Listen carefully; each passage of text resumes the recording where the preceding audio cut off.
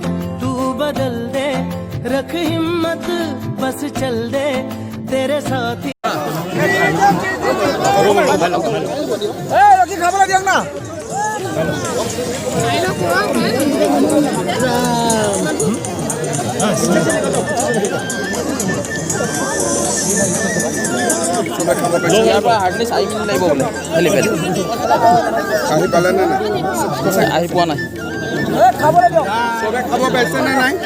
অকমান হেঁচা ঠেলা নকৰিব।